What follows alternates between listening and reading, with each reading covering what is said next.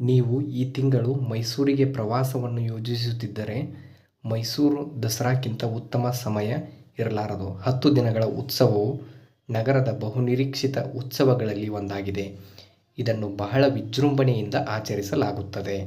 ನಗರವು ವಿಶೇಷವಾಗಿ ಮೈಸೂರು ಅರಮನೆಯಿಂದ ಅಲಂಕೃತಗೊಂಡಿದೆ. ಮೈಸೂರು ದಸರಾವು ಹಿಂದೂ ದೇವತೆ ಚಾಮುಂಡೇಶ್ವರಿ ದುರ್ಗೆಯ ರೂಪ, ರಾಕ್ಷಸ ಮಹಿಷಾಸುರನ ಮೇಲೆ ವಿಜಯವನ್ನು ಸ್ಮರಿಸುತ್ತದೆ. ಈ ಹಬ್ಬವು ಕೆಡುಕಿನ ಮೇಲೆ ಒಳಿತಿನ ವಿಜಯವನ್ನು ಸಂಕೇತಿಸುತ್ತದೆ. ದಸರಾ ಆಚರಣೆಯಲ್ಲಿ ಒಡೆಯರ್ ವಂಶಸ್ಥರು ಪ್ರಮುಖ ಪಾತ್ರ ವಹಿಸಿದ್ದರು. ಹಿಂದಿನ ದಿನಗಳಲ್ಲಿ ಯಾವಾಗಲೂ ಮೈಸೂರಿನ ರಾಜಮನೆತನದವರು ಉತ್ಸವಗಳಲ್ಲಿ ಮುನ್ನಡೆಸುತ್ತಿದ್ದರು. ದಸರಾ ಆಚರಣೆಯು ಸುತ್ತ ಸಂಪ್ರದಾಯಗಳು ಮತ್ತು ಆಚರಣೆಗಳನ್ನು ಸ್ಥಾಪಿಸುವಲ್ಲಿ ಅವರು ಪ್ರಮುಖ ಪಾತ್ರ ವಹಿಸಿದರು. ಈ ಪದ್ಧತಿಗಳು ಮತ್ತು ಸಂಪ್ರದಾಯಗಳು ಹೇಗಾದರೂ ಇಂದಿನವರೆಗೂ ಜೀವಂತ ಇರಿಸಲಾಗಿದೆ. ಮೈಸೂರು ದಸರಾದ ಪ್ರಮುಖ ಅಂಶವೆಂದರೆ ಸ್ಥಳೀಯವಾಗಿ ಜಂಬೂ ಸವಾರಿ ಎಂದು ಕರೆಯಲ್ಪಡುವ ಭವ್ಯ ಮೆರವಣಿಗೆ. ಮೆರವಣಿಗೆಯ ಸಮಯದಲ್ಲಿ ಹೆಚ್ಚು ಅಲಂಕೃತವಾದ ಆನೆಯು ಚಿನ್ನದ ಸಮಾರಂಭದ ಆಸನವನ್ನು ಹೊತ್ತೊಯ್ಯುತ್ತದೆ. ಅದರ ಮೇಲೆ ದೇವರ ವಿಗ್ರಹವನ್ನು ಕೂರಿಸಲಾಗುತ್ತದೆ. ಆನೆಯು ಮೈಸೂರಿನ ಬೀದಿಗಳಲ್ಲಿ ಮೆರವಣಿಗೆಯನ್ನು ಮುನ್ನಡೆಸುತ್ತದೆ. ಮೈಸೂರು ದಸರಾವು ವೈವಿಧ್ಯಮಯ ಸಾಂಸ್ಕೃತಿಕ ಪ್ರದರ್ಶನಗಳನ್ನು ವೀಕ್ಷಿಸಲು ಉತ್ತಮ ಸಮಯವಾಗಿದೆ.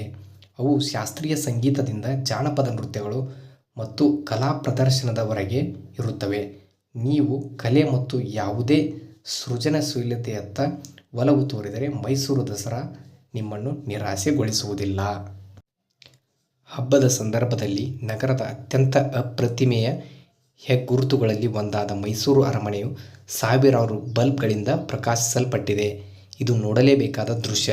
ಅರಮನೆಯು ನಗರದಲ್ಲಿನ ಅತ್ಯಂತ ಹೆಚ್ಚು ಛಾಯಾಚಿತ್ರದ ಹೆಗ್ಗುರುತುಗಳಲ್ಲಿ ಒಂದಾಗಿದೆ. ಸಾವಿರಾರು ಬಲ್ಬ್ಗಳು ಇದನ್ನು ಬೆಳಗಿಸುವುದರಿಂದ ಅರಮನೆಯು ಕೇವಲ ಒಂದು ದೃಶ್ಯ ಚಿಕಿತ್ಸೆಯಾಗಿದೆ. ಅರಮನೆಯನ್ನು ನೋಡಲು ಸಾವಿರಾರು ಜನರು ಸೇರಿರುವುದರಿಂದ ನೀವು ಜನಸಂದಣಿಯನ್ನು ನಿರೀಕ್ಷಿಸಬಹುದು. ಅದ್ದೂರಿ ಹಬ್ಬವಿಲ್ಲದೆ ಯಾವುದೇ ಹಬ್ಬ ಅಪೂರ್ಣ.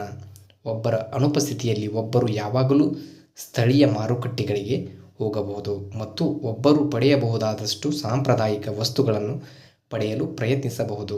ಆಹಾರವನ್ನು ವಿಂಗಡಿಸಿದ ನಂತರ ನೀವು ಕರಕುಶಲ ವಸ್ತುಗಳನ್ನು ಸಹ ನೋಡಬಹುದು. ಮೈಸೂರು ದಸರಾ ಯಾವ ದಿನ, ಏನು ಕಾರ್ಯಕ್ರಮ ಅಂತ ನೋಡೋಣ ಬನ್ನಿ ಫ್ರೆಂಡ್ಸ್.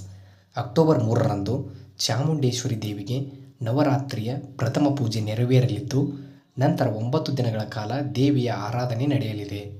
ಅಕ್ಟೋಬರ್ 12ರಂದು ನವಮಿಯ ದಿನ ದುರ್ಗಾಷ್ಟಮಿ, ಮಹಾನವಮಿಯ ಆಯುಧ ಮತ್ತು ಆನೆ ಕುದುರೆ ಪೂಜೆ ನೆರವೇರಲಿದೆ. ಮೈಸೂರಿನಲ್ಲಿ ಜಂಬೂ ಸವಾರಿ ಯಾವಾಗ? ದಸರಾ ಮಹೋತ್ಸವದ ಕೊನೆಯ ದಿನವಾದ ಅಕ್ಟೋಬರ್ 13ರಂದು ವಿಜಯದಶಮಿ ಪೂಜೆ ನೆರವೇರಲಿದೆ.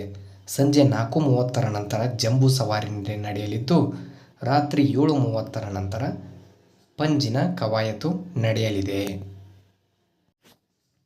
ಮೈಸೂರು ದಸರಾ ಈ ಬಾರಿಯ ವಿಶೇಷತೆ ಏನು ಅಂತ ನೋಡೋಣ ಬನ್ನಿ ಫ್ರೆಂಡ್ಸ್. ರಾಜ್ಯದಲ್ಲಿನ ಬರ ಪರಿಸ್ಥಿತಿಯ ಕಾರಣ ಕಳೆದ ವರ್ಷ ಸರಳವಾಗಿ ಸಾಂಪ್ರದಾಯಿಕ ದಸರಾ ಹಬ್ಬವನ್ನು ಆಚರಿಸಲಾಗಿತ್ತು.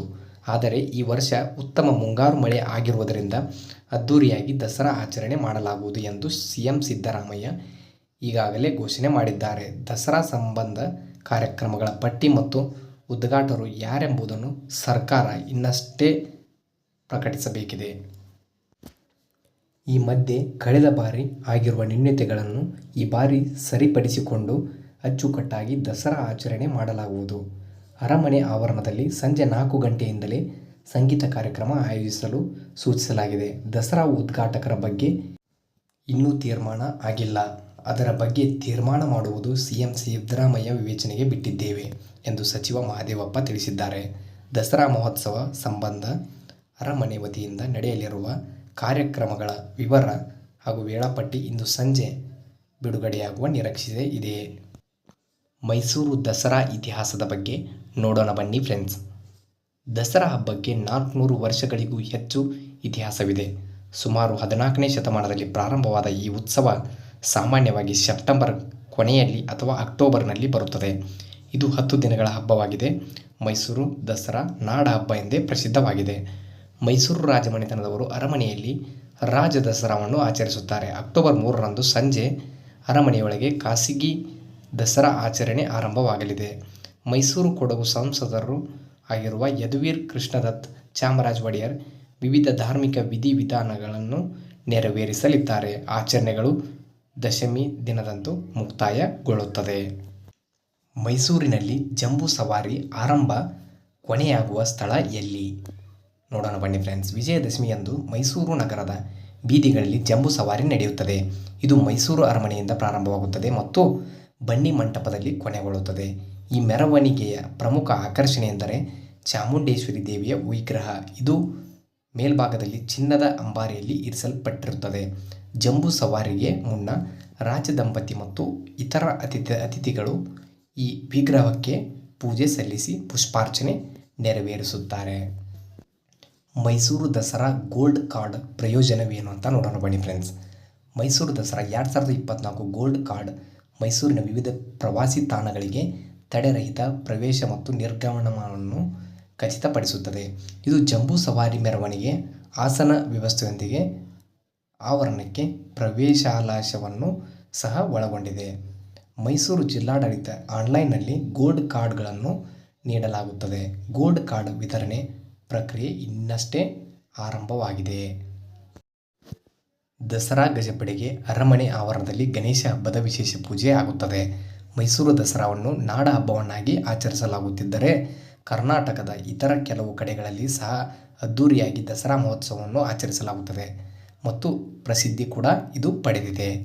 ಅವುಗಳಲ್ಲಿ ಮಡಿಕೇರಿ ದಸರಾ, ಮಂಗಳೂರು ದಸರಾ, ಶ್ರೀರಂಗಪಟ್ಟಣ ದಸರಾ, ಚಾಮರಾಜನಗರ ದಸರಾ ಪ್ರಮುಖ ಪಾತ್ರ ವಹಿಸಿದೆ ಅಂತ ಹೇಳ್ಬೋದು ಫ್ರೆಂಡ್ಸ್.